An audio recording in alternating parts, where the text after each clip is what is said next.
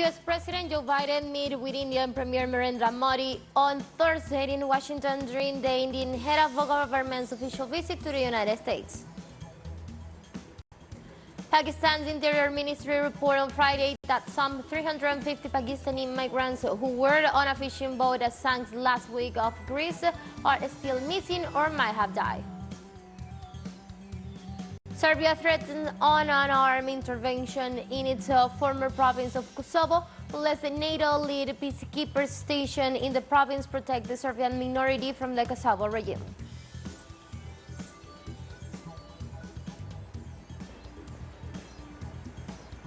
Hello, welcome to From the South. I'm Ana Marrero from the teleSUR headquarters in Caracas, Venezuela. We'll be with the news. Stay with us.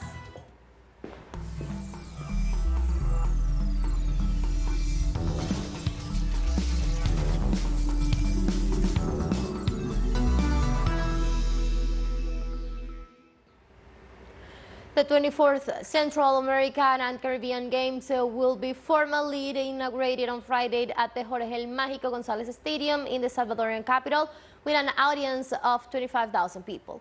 The opening ceremony will take place at 7 p.m. local time with the participations of representatives of the 37 countries and territories that will take part in the oldest regional sporting event in the world. The Central American nation previously hosted the multi-sport event in the 1935 and 2002. According to the organizers, more than 5,200 athletes will compete in some 38 sports and 53 different disciplines, in which more than 440 medals will be disputed in 27 venues and 54 scenarios. Local authorities in Haiti have criticized the government's delay in sending aid to the victims of the heavy rains that had hit the Caribbean nation. Many of the country's roads in the country are reportedly blocked 20 days after the heavy rains that left 51 people dead, 18 missing, and 104 injured. The mayor of the coastal community of Legon, Erson Henry, informed that the Ministry of Public Works, Transportation and Communications sent a reinforcement team to the town hall to clear the roads, but 3 days later they left.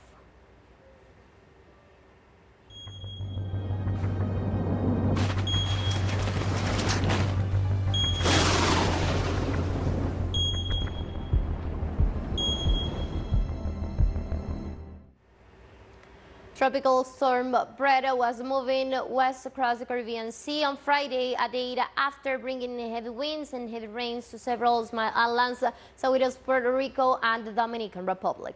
According to local authorities in St. Vincent and the Grenadines, Brett damaged homes and sent more than 120 people to shelters in the Lesser Antilles Islands on Thursday. As of 11 a.m. local time on Friday, it was about 25 miles west of St. Vincent, moving at 21 miles per hour, with maximum sustained winds of 60 mph, 14 mph beyond hurricane strength.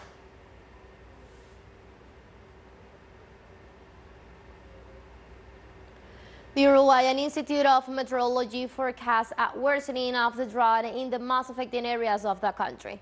The institute reported on Thursday that no significant rainfalls are expected for the rest of June and the first day of July. According to the Meteorological Office, in the basins of the La Plata River and Santa Lucia River, less than 5 millimeters of rainfall are expected. The Uruguayan President Luis Lacalle Pou declared on Monday a water emergency in the metropolitan area due to the historical lack of fresh water reserves.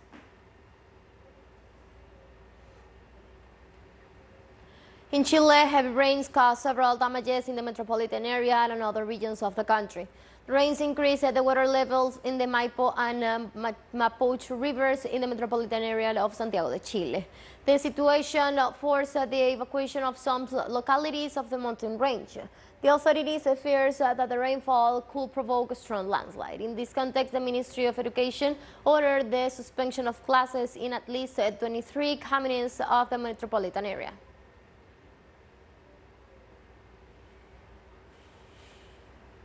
More than 400 wildfires in Canada remain simultaneously active and have destroyed more than 6 million hectares of forest. Authorities of the Canadian Interceded Forest Fire Centre reported 416 fires across the country and said that 213 of them are active and 5 others are still working to bring them under control.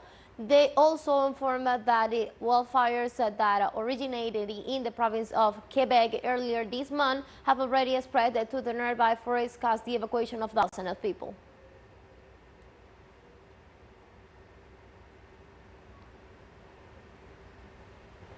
In India, more than 1,300 villages have been inundated by flood waters in Assam, the east of the country, and around 14,000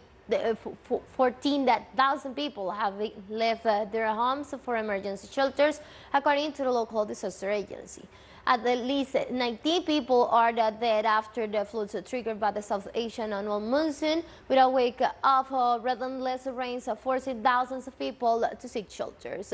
According to experts, climate change is increasing the frequency, ferocity, and unpredictability of floods, causing more devastation during the treacherous monsoon season.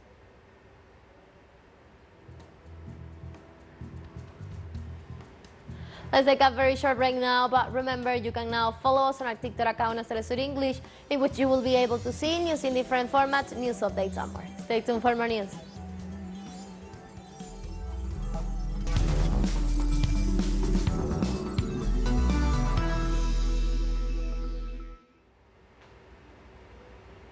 Welcome back to From the South.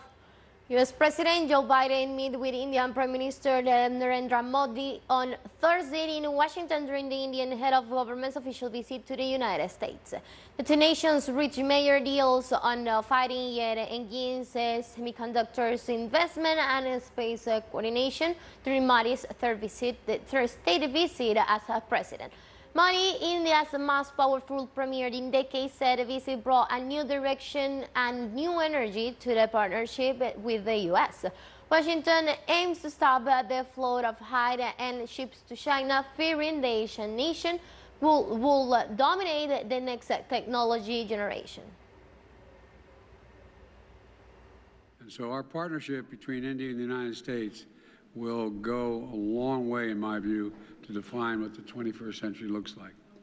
And our technological cooperation will be a big part of defining our partnership, The progress that America has made in the area of technology and the youth in India, thanks to its talent, has created an identity for itself in the world. So this coming together of talent and technology, I believe, is definitely a guarantee for a bright future.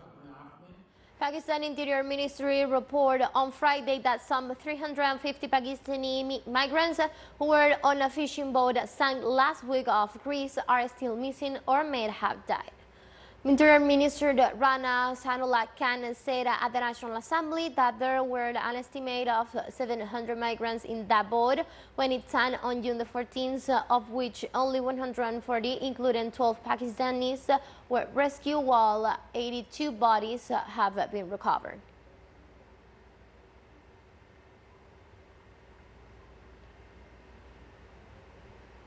The Russian Boxing Federation condemned the recent IOC decision to disrecognize the International Boxing Association. The International Boxing Association was banished from the Olympic family on Thursday, and then a years-long dispute filled by the defining advice and introductions from the IOC. Boxing, however, will keep its status as an Olympic sport at the 2024 Paris Games. The dispute centers on the IPA's management under the presidents from Uzbekistan and Russia, who the IOC disapprove of its finances being backed by the Russian state energy firm Gazprom, plus the integrity of boss and judging.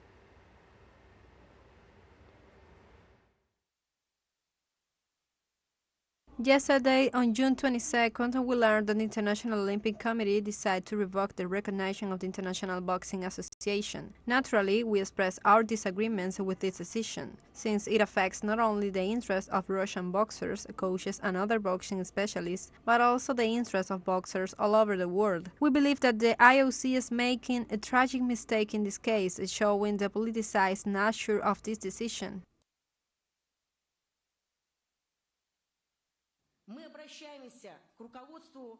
We appeal to the leadership of the International Olympic Committee and personally to its head, Mr. Bash.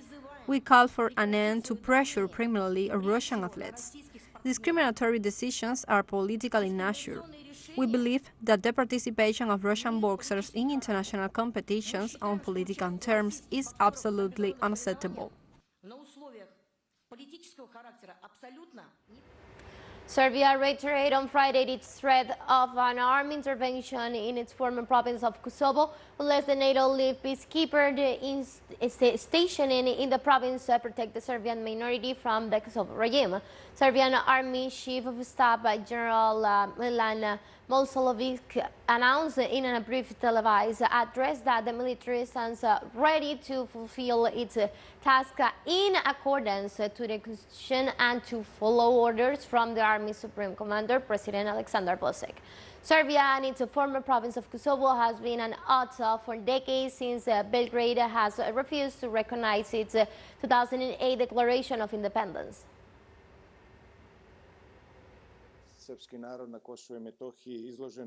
The Serbian people in Kosovo and Metohija are exposed to a terrible pogrom by the Pristina regime of Albin Kurti. Serbs are daily targets of Albin Kurti. Their only fault is that they have Serbian names and Serbian surnames, and probably because they don't want to leave their home. The terror carried out by Kurti's regime is no longer even physically bearable. Organizers of the 2024 Paris Olympic announced the torch rally tour on Friday, hoping to support positive headlines after the difficult week when police arrived at offices. The torch will be lifted in the Greek town of Olympia, then brought by boat to the southern French port of Marseille on May the 8th, and will pass through 400 towns before arriving in Paris on July the 26th for the opening of the ceremony. The road will be a French tourism chief dream, even if some local authorities declined to welcome it due to what they consider exorbitant cost.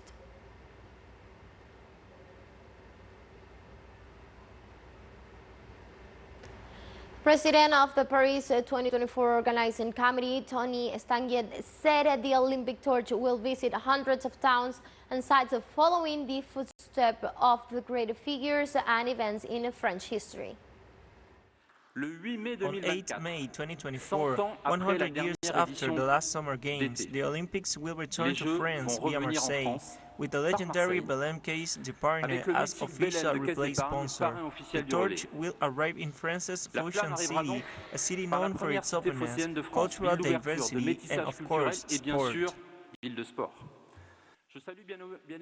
I'd like to pay tribute to our official sponsor, Banque Populaire, and Armand Leclerc, who aboard Maxi Banque Populaire 11 will carry the torch from France to the West Indies, to Guadeloupe and Martinique. The torch will follow in the footsteps of the great figures and events of French history. It will visit numerous museums, showcasing our regions and gastronomy. It will shine a spotlight on the engineers, entrepreneurs, craftsmen, careers, chefs and artists who keep French creativity and ingenuity alive around the world. We'll take our last break, but before we invite you to visit our YouTube channel at teleSUR English. There you'll be able to watch our interviews, stories, special broadcasts and more. Hit the subscribe button and activate the notification bell to stay up to date of the world's most recent events. We'll find a short break, don't go away.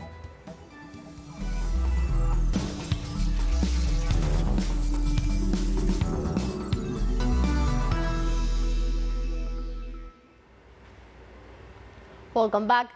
In Spain, in the neighborhood of El Palo in Malaga, the consequences of gentrification are leaving the inhabitants without houses. Due to the high cost of housing given away to the speculations with tourism. Sergio Rodrigo and Lucia Muñoz with the details.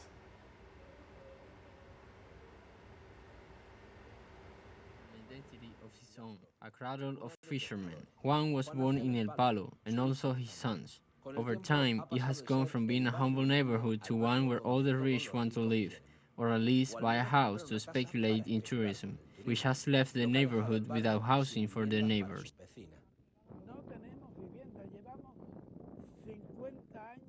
We have no housing. We haven't built public housing project in this neighborhood for 50 years. So what happens? The youth cannot be emancipated. I still have my 46-year-old daughter at home, and she cannot emancipate herself because she cannot afford to pay rent. Rent in this neighborhood is between 800 and 900 euros. Vacation rentals are making life unsustainable for long-time neighbors. Housing prices in this neighborhood are skyrocketing. In less than 7 years, the price per square meter has increased by up to 60% and now is close to 2,500 euros. You have to have a salary of 2,000 euros or more to be able to afford housing, and that is not a reality of our young people today. They see that we can live in our neighborhood. The apartment, the houses, and everything are being bought by people who can afford it and who can come to live in this area, but who do not stay to live because they then turn them into tourist apartments for economic benefits. Mercedes is Uruguayan and arrived in the neighborhood 20 years ago. She has been president of the Residents Association of El Palo for 8 years and is aware of the social problems of the neighborhood. Also, she is concerned about offering eco-sustainable solutions and, above all, about maintaining the identity of the neighborhood. In the first line of the beach, there are tourist apartments. Those people are not interested because they came for a week and left. But if the second or third week, people are going to continue living there. It is the best if it is native people from the neighborhood. Two things represent a lot of our identity. Our children go to school and they don't know anybody. There are a lot of things that uproot our own neighborhood, and that is what we want to solve. How to recover the neighborhood. Spain is a country of tourism.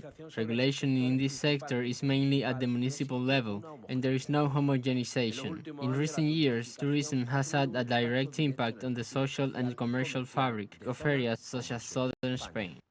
Sergio Rodrigo y Lucía Muñoz, teleSUR, Andalucía, España. Malians have approved the draft of a new constitution submitted by the ruling junta with 87% of the votes. The proposed draft constitution creates a two-chambers parliaments, the National Assembly and the Senate, in contrast to the present structure of only the National Assembly. The draft also consolidates the position of the President of the country, a move that has drawn much political debate. Critics of the new constitution claims it was tailor-made to keep the colonials in power despite their initial commitment to hand over the governments to civilians after the elections. The military has made the draft constitution an essential cornerstone in the rebuilding of the nation, which is facing widespread rebel actions and a deep multifaceted crisis.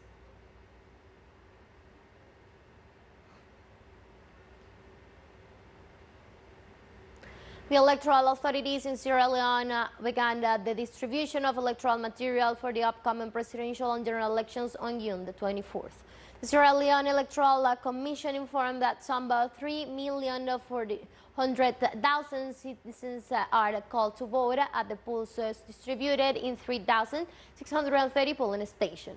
A total of 13 people have presented their candidacy for the presidency, where the current President Julius Maravillo and the candidate Samura Kamara stand out as the favorites. The winner needs to obtain at least 55% of the votes to win in the first round. Otherwise, a runoff elections will be held. Here we receive election materials, we pack them according to centers and stations, and they will distribute them to the entire country. We have already done 100% of the distribution. Vietnam's National Assembly concluded on Friday its fifth ordinary session of the 15th legislature. During the meeting, 8 bills were passed, while 9 others are being discussed for approval, among them the land law, the real estate businesses law, and the telecommunications law. The legislators also approved amendments to the electronic transactions law and the draft resolution for the allocation of capital to the country's recovery program. The Assembly points out Parliament's Deputy Speaker Duyen Duc Haid to head the thematic oversight delegation for 2024.